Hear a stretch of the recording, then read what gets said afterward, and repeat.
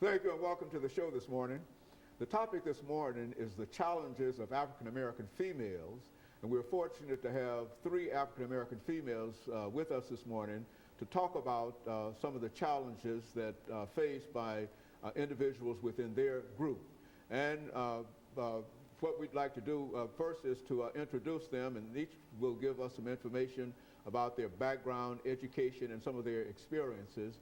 And the first person that will give us that information will be Ms. Calhoun, who will be followed by Ms. Rima, and followed by Ms. Favors later on. And so we'll try to do, during this first segment, some information in reference to all of that.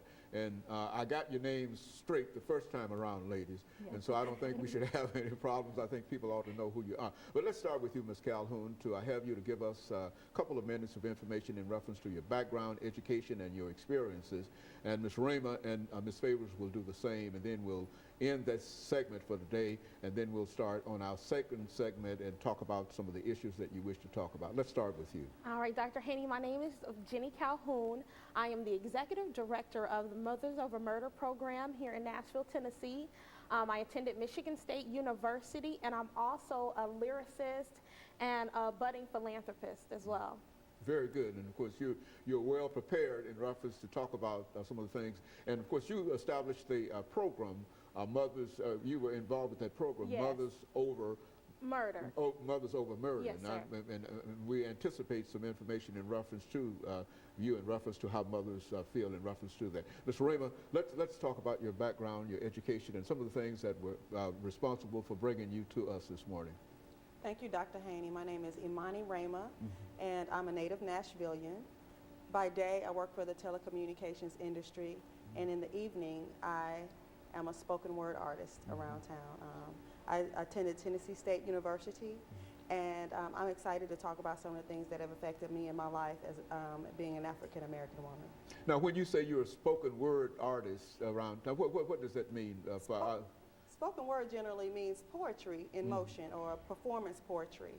In 2007, I established a company called Soul Food Poetry Cafe so that I could provide a platform for artists to perform poetry, do poetry readings, and I've done a lot of that around town since 2006, 2007.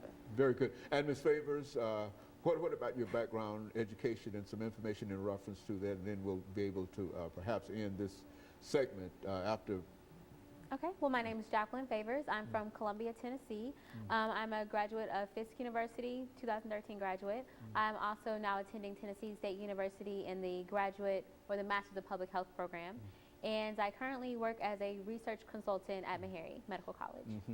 Very good. And so we've assembled during this first segment three African American females with a lot of information in reference to some of the things that are going on, and I think that all of you have had an opportunity to sort of collaborate in reference to giving us some information. Let's start with you, Ms. Calhoun, by having you to talk about the area. I think you've established a website dealing with Mothers Over Murder. Talk about that and, Yes. and what that really means.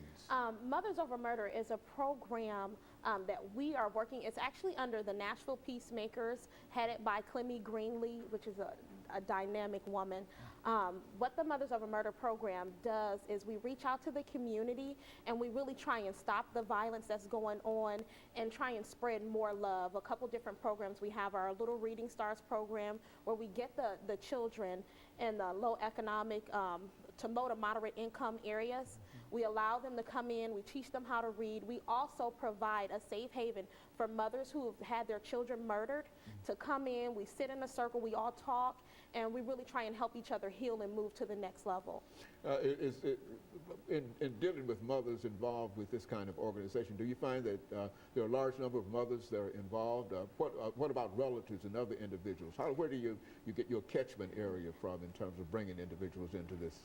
Actually, we have a large amount of mothers involved, but we have some fathers too. So, I mean, it's kind of weird that we call it Mothers Over Murder when we have some dynamic fathers who are involved, who are out on the streets with us picketing, who are writing the congressmen here. I mean, we have some fathers that are involved as well. And it's really a family organization because the children that we take out and that we reach out, we're using the children. Some of them are the children of the murdered person, like, because one of our ladies, her grandson is a part of the program.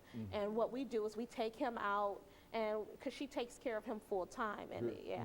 Very good. Of course, we want to take our first commercial break, and Okay. we'll be back with our audience following this very, very short commercial break.